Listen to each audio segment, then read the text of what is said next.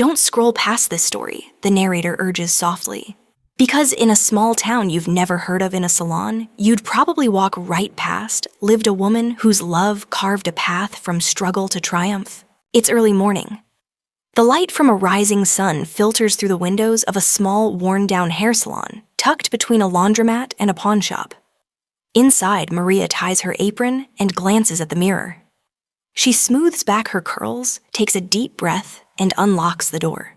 The sign still reads, "Walk-ins welcome."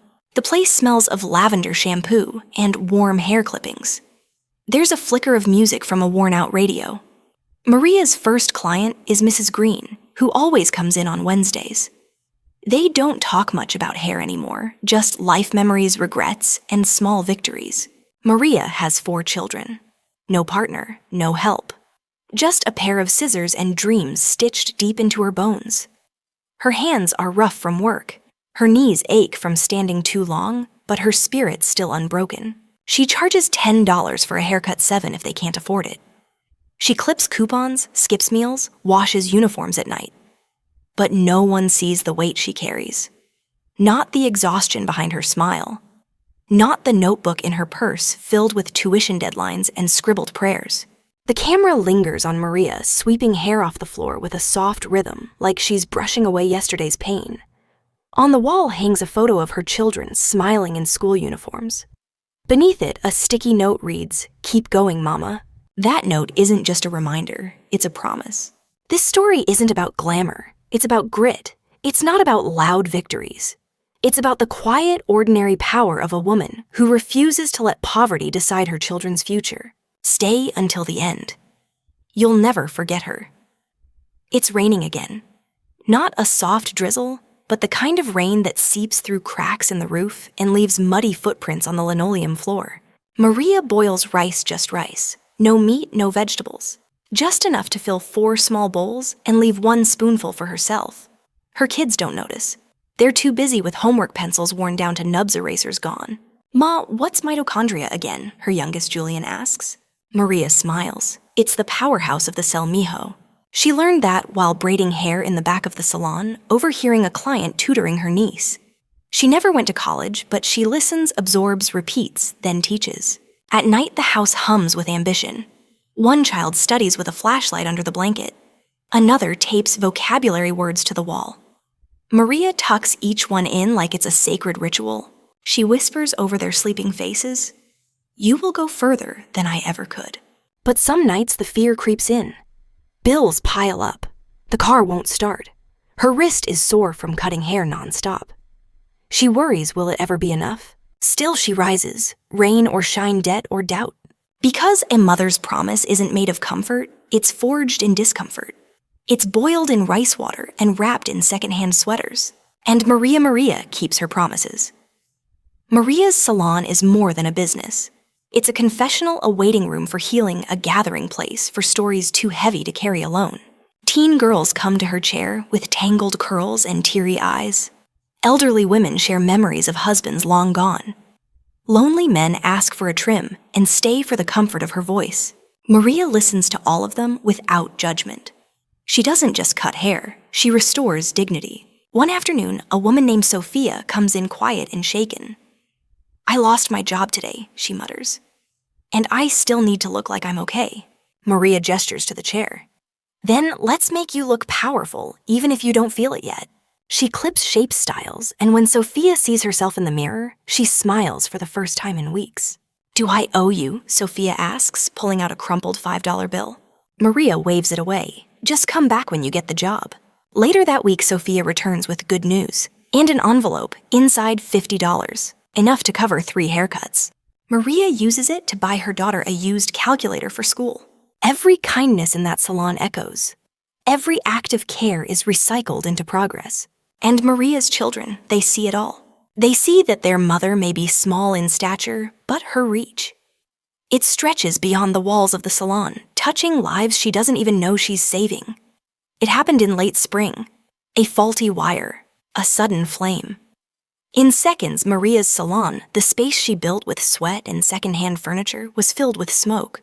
By the time firefighters arrived, half the ceiling was blackened. Her mirrors were shattered. The waiting chairs were charred. She stood outside, barefoot, apron singed, watching the only place she ever called her own dissolve in smoke. Neighbors gathered. Some offered coffee, others offered silence. Her children came running, faces pale. Maria didn't cry, not then. She just stared. The next morning, Maria did what she always did. She rose early, braided her daughter's hair, packed a sandwich. Then she made a phone call to every client in her worn address book. "Come to my porch," she said. "I'll bring the scissors." And so began the porch salon. A folding chair, a mirror hung from a nail, and Maria still working, still giving. Clients came with coffee and baked goods. One brought an umbrella for rainy days. Another built a small wooden stand for supplies.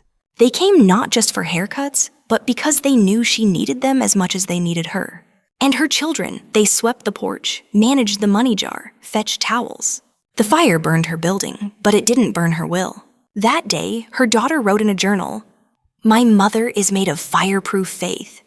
Julian runs into the kitchen, letter in hand, eyes wide with disbelief. "Ma," it came. Maria, elbow deep in soap suds, wipes her hands and holds the envelope like it's a sacred scroll. They open it together. "Congratulations, full academic scholarship, pre-med program." Maria can't speak. She just hugs Julian, hands, trembling, tears falling silently into his hair. This is what she dreamed of. Not luxury, not praise, but moments like this, proof that every sacrifice mattered. That night, the family eats spaghetti. Real spaghetti with sauce and meat and laughter. Maria lifts her glass, just juice, and says, "1 down, 3 to go." She doesn't mean it lightly. It's a promise renewed. Julian takes a photo of her that night. She's sitting on the porch, scissors on her lap, eyes soft with pride. He posts it online with the caption, "The woman who gave me everything." Within days, the post goes viral. Messages pour in. People want to donate. They want to help rebuild the salon. And Maria, she's overwhelmed, humbled but grateful. Because the world finally sees what her children have always known. Their mother isn't just a hairdresser. She's a builder of futures. The mailbox creaks again. Another envelope. This time it's for Rosa. Maria doesn't dare hope, but Rosa stands tall. Her hands don't tremble like Julian's did. She opens the envelope carefully, eyes scanning quickly. Accepted, full ride, medical program. This time Maria does cry. She walks into the backyard, sits on the wooden step, and lets the tears fall, deep silent sobs into her apron. Her children find her there not broken, but overwhelmed by grace. Rosa kneels beside her, wraps her arms around her. "You did this, Ma, all of this. We're going to make you proud." That night, Maria writes something new on the sticky note beneath the photo of her kids. 2 down, 2 to go. The salon is still just a porch. The air is cold. December has wrapped the neighborhood in soft fog and thin hope. But Maria's scissors haven't rested. It's Christmas Eve, and she's trimming hair under a string of dollar store lights. Her youngest is nearby humming carols. The smell of cinnamon from a neighbor's window drifts by. She should be resting, but she's promised a haircut to a woman whose husband just left. Another to a teenage boy whose job interview is tomorrow. She says yes, because that's who she is. Between clients, Maria warms her hands by a borrowed space heater. Rosa hands her a scarf. Ma, come inside. In a minute, Maria smiles, brushing snow off the mirror. Her children have wrapped up gifts. Small things, homemade bookmarks, a hand-knitted hat, a second-hand novel. They place them beneath a tiny fake tree in the corner of their home. That night, when Maria finally comes inside, the kids light candles and sing a carol just for her. She sits quietly, surrounded by her 4 miracles. The heat isn't strong. The house is still old. But in her heart, warmth overflows. She thinks maybe this is enough. And in the quiet glow, her eyes close not from exhaustion, but from contentment. Maria notices the rust starting to edge the blades of her favorite scissors. The same pair she used to give Julian his first haircut. The same ones that shaped hundreds of lives, now dull from years of sacrifice. One evening, Rosa comes home excited. "Ma, I have an idea. Let's auction your scissors, the famous ones from the viral photo. People will love it." Maria laughs. "Who'd want these old things?" But Rosa posts a listing online with a story. The story of the woman who built 4 futures with $10 cuts and unshakable faith. The bids roll in. $10, $50, $100. By the end of the week, the scissors are sold for $1.800 to a former client, now running a women's foundation. Maria insists on one thing, that the money go into a savings account for the youngest. That weekend, she buys herself a new pair, simple, sharp, and silver. She doesn't cry when the old ones go. She just holds them once more, presses them to her chest, and whispers, "Thank you." Then she gets back to work. Because Maria knows the tools may change, but the mission never does. It's spring again. The porch is blooming with hanging plants and the scent of freshly brewed coffee. Maria stands at the ironing board, carefully pressing a simple navy blue dress. It's the dress Rosa will wear at her graduation ceremony next week. The first in the family to wear a cap and gown. The fabric is secondhand, found in a thrift store sale bin. But in Maria's hands, it's transformed, hemmed, stitched with care, and finished with a tiny embroidered heart near the waistline. A secret touch only a mother would think to add. Julian walks in holding a package. It's from the university, he says, handing it over. Inside 4 official invitations, 1 for each sibling. Rosa wants them all there. Maria swallows the lump in her throat. For once, her children will sit in the audience not to watch someone else succeed, but to celebrate their own. That evening, she tries on the dress for herself just to check the length. In the mirror, she barely recognizes the woman looking back. Her hands are still calloused, her face etched with years, but her eyes hold something new relief. Pride. Joy. The day of the graduation, Maria sits in the front row surrounded by strangers who look wealthier, more polished. But when Rosa steps onto the stage, her eyes search for only one face, and when she finds it, she beams. Maria claps until her palms sting. Afterward, Rosa finds her in the crowd and says, "Ma, I want to wear this dress again one day." "To your retirement party." Maria laughs. Retirement, not until the last one walks across that stage. She hugs her daughter tightly, burying her face in her shoulder, whispering, "I'm already rich." The air is thick with anticipation. Inside a brightly lit auditorium, folding chairs fill with parents, professors, and peers. The white coat ceremony, Julian's turn now. The youngest, the last. Maria adjusts her scarf as she settles into her seat. Her fingers fidget nervously, the way they used to when her children took their first steps. A nurse leans over and asks, "Which one is yours?" "All 4, Maria replies softly. "They're all mine." The woman looks confused. Maria smiles, pointing proudly to Julian on stage. "That's my youngest." The last one, as his name is called Julian, steps forward confident and composed. A faculty member helps him into his white coat. For a split second, Julian's eyes scan the crowd, and there she is. Front row, as always. The applause is thunderous, but for Maria, it fades into silence. All she hears is the echo of her own sacrifices, echoes of laughter, of whispered bedtime stories, of bills paid late, and shoes worn thin. After the ceremony, Julian wraps his arms around her. "You did it, Ma," he whispers. Maria laughs through tears. "No, mijo, we did it." They walk out of the building together, hand in hand. The sky above is wide and golden. Maria looks up. "I think your father would be proud," she says quietly. Julian nods. "He'd say you were the real doctor." Maria chuckles. Just a hairdresser with stubborn dreams. But the world doesn't run only on titles. It runs on love, on sacrifice, on faith that never wavers. And tonight under that golden sky, Maria walks taller than she ever has before. The small living room of Maria's home has always been warm and full of light. But now a new presence quietly grows on its pale yellow walls, 1 diploma, then 2, then 3, and now 4. Each frame holds more than parchment and signatures. They hold Maria's years, her late nights, her tears over unpaid bills, and unfinished dinners. She stands back with a hammer still in her hand. Julian's diploma is freshly hung. The wall looks complete now. She runs her fingers lightly over the wood frame. The doorbell rings. It's Rosa arriving early for Sunday dinner. She steps in, sees the wall, and exhales. "It's beautiful, Ma." Maria smiles. It's not the degrees. It's what they meant. That nothing was wasted. They begin setting the table. The other siblings will arrive soon, with spouses, children, laughter. But Maria's mind drifts just for a moment to the early days, the cramped apartment, the borrowed textbooks, the nights she braided Rosa's hair while reciting spelling words aloud. When everyone is seated, Julian lifts his glass. To Ma, our professor, our nurse, our lawyer, our counselor. The woman who did it all. Maria laughs hand to heart. She looks around the table, every seat filled. Once all she had was a folding chair, a pair of scissors, and hope. Now she has a family built on purpose, and a wall that will outlive her whispering, she believed.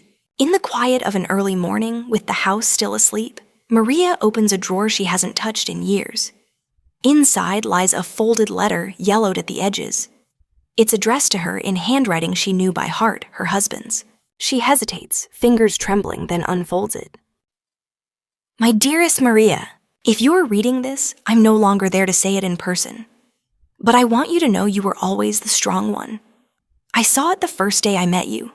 I saw it every time you tied your apron and went to work. I saw it in the way you rocked our children to sleep, even when your hands were tired from cutting hair all day. Maria, you were always the dream. I hope the kids grow up to understand that. Love always, Thomas. Her breath catches. She places the letter gently on the table, then picks up a pen and adds a small note to the bottom. They do, Thomas. They really do. She presses her hand over the ink eyes misting. Then she folds the letter back and places it inside a new envelope, one she labels, "To be opened by my grandchildren." She closes the drawer and smiles. Maria never imagined she'd be the subject of a radio show. But here she is, sitting in a studio, headphones on, blinking at the red on air light. Across from her, the host smiles. You've gone viral, Maria. People want to know, how does a hairdresser raise 4 doctors? Maria chuckles softly. 1 meal at a time. 1 bus ride. 1 bedtime story. The host laughs. You make it sound easy. Oh, it wasn't, Maria says, eyes softening. But it was simple. Love fiercely. Work hard. Never let them forget they mattered. The phone lines light up. A caller asks, did you ever want to give up? Every day, Maria admits, especially when I had to choose between groceries and school supplies. The room falls silent. But giving up was never an option, she continues. I didn't have much, but I had purpose. And I had them. The interview ends with applause from the studio staff. As she leaves, the producer hands her a note scribbled by a young intern. My mom is a single mother too. Thank you for reminding me she's a hero. Maria folds it, tucks it into her purse, and walks out smiling. Some stories are meant to be whispered through generations. Hers is now one of them. The idea starts as a whisper, just a passing thought after church, when Maria overhears a young mother crying in the hallway. Her son had been accepted into a college, but they couldn't afford even the books. That night, Maria tosses and turns heart-heavy. The next morning, over a cup of cinnamon coffee, she writes a name on a napkin, the Maria Foundation. It begins small. Her children help with the paperwork. Rosa builds a simple website. Gabriel handles the financials. Julian speaks at schools to spread the word. The first year, they raise enough for 2 scholarships. The second year, 10. By the 5th year, they're awarding dozens to children of barbers, waitresses, janitors, kids with big dreams and empty pockets. At the annual fundraiser, Maria speaks. Her voice trembles, but her eyes shine. Education changed my children's lives. Now it's our turn to change someone else's. She shares her story not as a martyr, but as a mother who believed. The room falls silent. Then applause swells like thunder. Afterward, a teenage girl approaches her holding an acceptance letter. I got in, I just didn't know how to tell my mom we couldn't pay. Maria smiles, placing a hand over the girl's. You tell her you got help, and that one day you'll help someone else. That's how the foundation grows, not from wealth, but from legacy. 1 haircut at a time, 1 story at a time. Maria's living room is quieter now. The noise of children running, the smell of school lunches and shampoo, the late-night homework sessions, they've all faded into memory. But the silence is not empty. It's full of echoes. On a crisp autumn morning, Maria sits by the window in her favorite chair. She watches leaves fall in slow spirals. There's a cup of tea in her hand, slightly trembling, and a folder on her lap. Inside it, dozens of thank you letters from students she's never met, but helped anyway. Rosa enters quietly. Ma, are you ready? Maria nods. Today is the grand opening of the new community center, funded partly by the foundation named in her honor. But before they leave, Maria places one more item on the wall above the diplomas. It's a small frame with a single photo, her in her salon smock, smiling with scissors in hand. Beside her, 4 children, young, messy, full of dreams. Rosa turns to her. They want you to speak again today. Maria sighs. What more is there to say? But at the ceremony, she takes the stage. Looks out at the crowd. Mothers, grandmothers, little girls holding hands. I never went to college. I never wore a white coat. But I believed, and that belief, it was enough to carry us through. A long pause. Every woman here has that same power. The world may overlook you, but your children won't. Your legacy won't. Applause rises, tears fall. Later that evening, when the crowd is gone and the lights are dim, Maria walks to the front row. One chair remains empty. She sits in it for a moment alone. She whispers to the air. If it were you, what would you do? And somehow she feels the answer in her bones. She'd do it all again. Every single part.